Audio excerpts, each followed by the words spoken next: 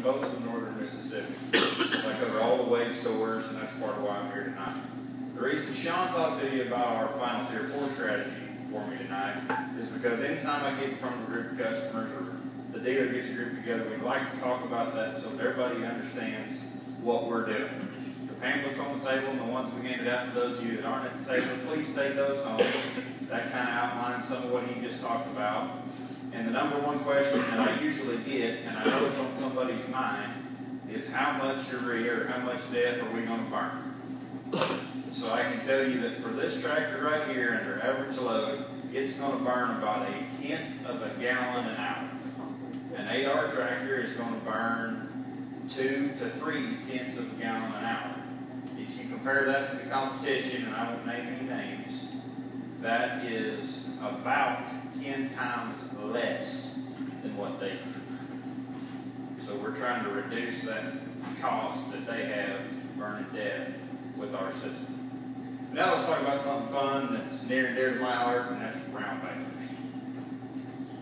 We've got some brand new round balers here for this year. That's the 459, the 569. That's what we're going to talk about primarily today. But we have more round balers in our lineup than we have ever had. And I'll get into all of those models before we're done. Baling safety. Wouldn't be a Baler clinic if I didn't touch a little bit on safety.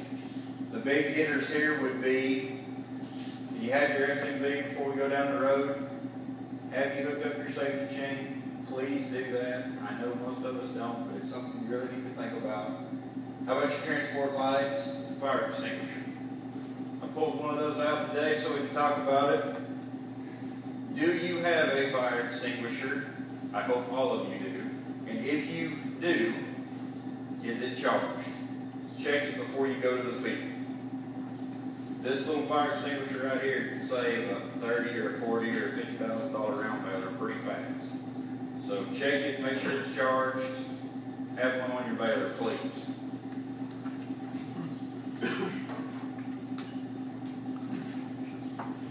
Step-by-step guide to making quality hay. Now, most of you know all the basics.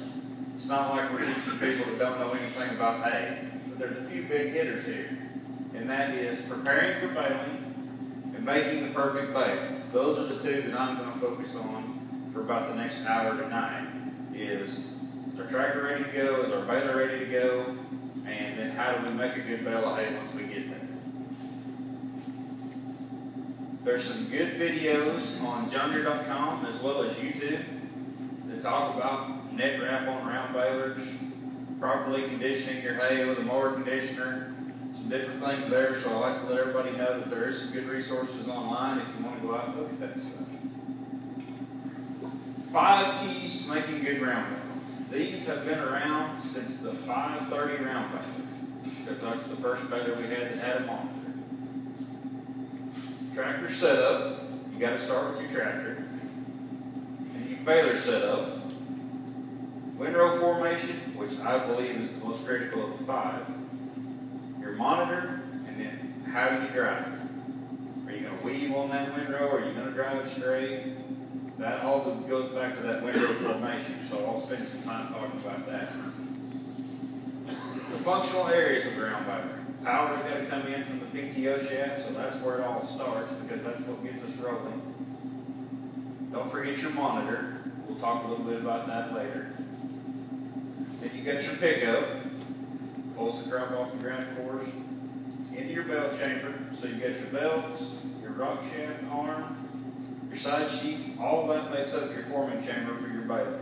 If everything's not going there, we're not going to make a good bale of hay. Then your neck wrap or twine, and then opening the gate, dumping out the bale. In its simplest form, that's baling hay. So we'll talk a little bit about all these things and how we have some pretty good features to offer these new batteries. Drawbar height and drawbar length. If I've got a 540 RPM baler like this 459 right here, what should my drawbar length be set at from the end of the PTO shaft on the tractor to the center of the hole? 14 inches.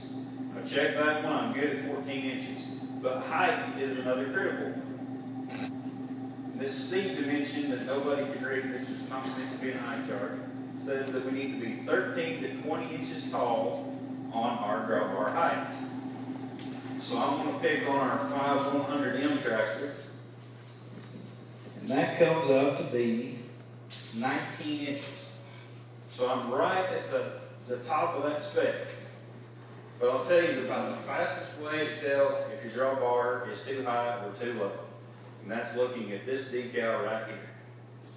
This decal on the gate should be level or slightly sloping towards the front of the baler, downhill. That's going to get our pickup at the correct angle where we can best pick the crop up off of the stubble, feed it into that starter roll, get it into the bale chamber, and make a good bale happen. A new feature that we have on all of our 9 series round balers is an adjustable tongue with 4 positions. So if I've got a really short tractor or a really tall tractor, I've got 4 different positions to get somewhere in that 13 to 20 inches of draw bar height. Even if my tractor can't give it to me, my baler can get this decal set about where it needs to be. This baler might be just a tick downhill, but it can go to the field without hay just fine. If we want to adjust it a little bit, we have that option now, something we've never had before on balers. Setting your tire spacing. So here I'm going to pick on one of the best baler mechanics around, Tyson, and he's going to help me measure my tread spacing on this tractor.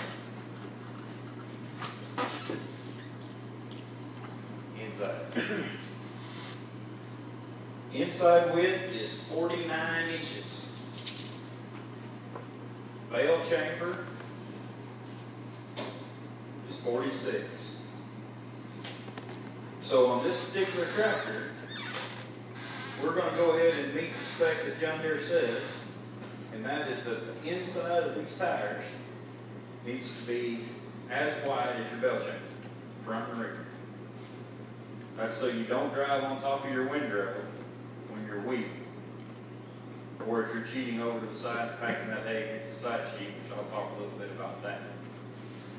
Now I know some people pull around balers on tractors sitting on 30-inch rows. I've seen it. But you're driving right on top of a big windrow, and that can make it really difficult to pick that crop up out of the stubble. So that's why we recommend this set.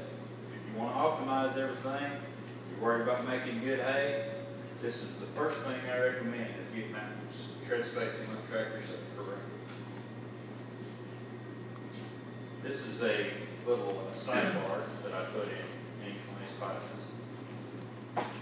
If anybody has ever used a Bale Track Pro monitor, there's a very good possibility they have been to channel 19. But if you have not, channel 19 is a great little test for what the battery voltage is on your tractor. And you can also load test your battery on your tractor using your twine or your neck wrap actuator. So if you're having issues with your neck wrap or with your twine arm or with your monitor, you can go into channel 19 in that monitor and see what your battery voltage is. It should be somewhere around 12 volts, plus or minus a volt. And then when you hit the wrap button and the actuator moves, it shouldn't drop below about 9.5. If it does, you've probably got an alternator, a wiring, or a battery problem on your tractor that you need to get checked out. There's actually nothing wrong with your battery. So that's my little former technician quick tip on checking out your tractor. That works really good if you're battling with an older tractor. I know a lot of people do. I did it for a lot of years. So your old 55, 50, 40, 30 series tractors, and even some of your 5,000s, it's a quick way to make a check on them, make sure everything's good to go. Bale density.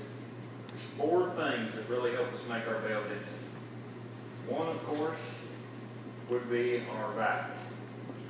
On a 459 round baler, any of your 4x5 or smaller round balers, this hydraulic valve is not adjustable for pressure bale tension.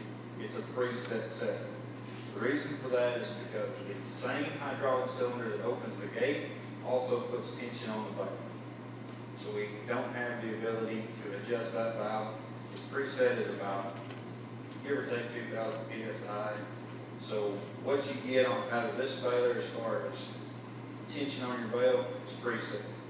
Now on 469, 569, so the big boy over here, there is this adjustment right here. If you got a brand new baler, go your first 200 bales and don't touch it. Leave it set. Let the baler break in.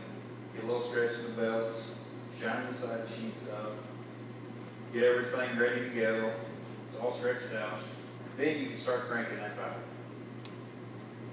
Now there's a tension gauge up on the front right corner of the baler, and you don't want to run that into the red, but you can run it right up to the red.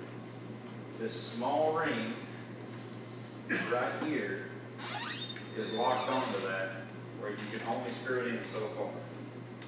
Don't break that ring off and try to get another turn out of it. You're going to put entirely too much tension on your rock shaft and on those cylinders, and you could cause premature failure of some of those hydraulic components that make up that tension, or damage to your baler. We don't want that to happen. I can tell you that if you turn it in about 2 to 3 turns, in that baler right there, in dry hay, you're going to make about 1,500 pounds. 1,600 maybe on the high side. You get into some wet crop, you're going to easily hit 2,000. Crank it all the way down, you're probably going to consistently make about 2,000 pounds, or a little bit heavier around bale. Dry crop, and I've seen them weigh close to 3,000 before. So they get pretty heavy. Then we got to have a pretty big loader tractor to move them once we make them if we go that way. The next thing, of course, would be what this valve is controlling, and that is your rock shaft. The cylinders on this rock shaft are what keeps the tensions on the belt. The hydraulics on your tractor play no part in belt tension. So keep that in mind. If you're having issues, if you think it's your tractor SCV, likelihood of that is slim to none, because this is a self-contained hydraulic system on this baler using this one. It pulls some oil from the tractor when you open and close the gate. But your tractor's not doing any work for you on belt tension. But the easiest way to make a tighter bale, and the one thing that never moves for us, is the side sheet. So the more hay that you can put towards the side sheet of the baler, the tighter bale you will make. And you still got to fill the center in. You got to either have a half or a full width windrow where we can do that. But packing the hay against the side sheet makes a much tighter bale. So if you ever watch John Deere guys like me at farm shows and we're having the best bale contest, you'll see where sheep know packing the hay against the side sheet trying to make a tighter bale. Because nothing moves there, and we get the friction of the rotation, so we can pack more hay. And then lastly, just like you see here, speed to the outside. Once his bars change on his monitor, he's going to move over and start feeding that other side. Now we've got a new premium baler out that I'll talk a little bit about toward the end of this presentation. And it makes this weaving right here a little bit easier. Windrow formation, full width or half. I said this was a 46-inch bell chamber, so ideally, in the most perfect of worlds, and they make it, which I don't know if that exists, but if I can get it, I want a 46-inch windrow feeding this baler. Straddle the windrow and drive till the monitor tells me to stop. Can't get any easier than that.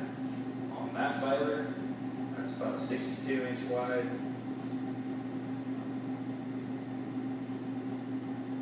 Bell chamber, and I'm going to want that windrow to be about 62 inches wide.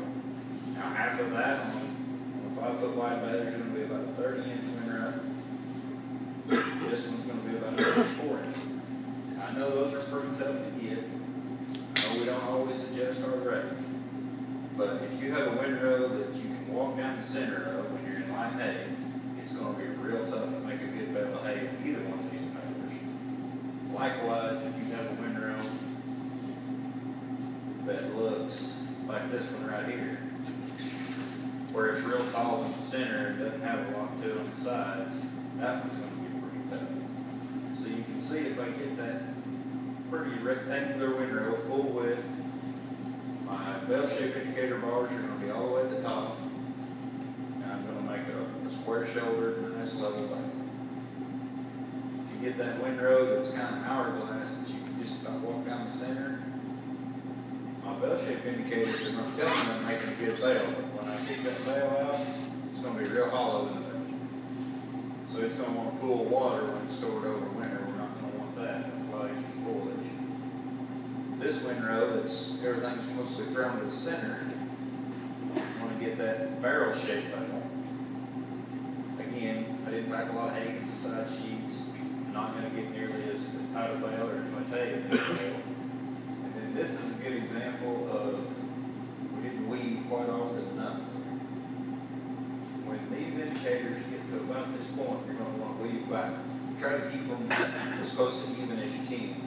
If you want that bale come out like this, when you got those half full fingers. If you bale much hay, I know that everybody understands that, but if you've never baled with this monitor, knowing what these indicator bars are telling you, it makes a world of difference on when do I.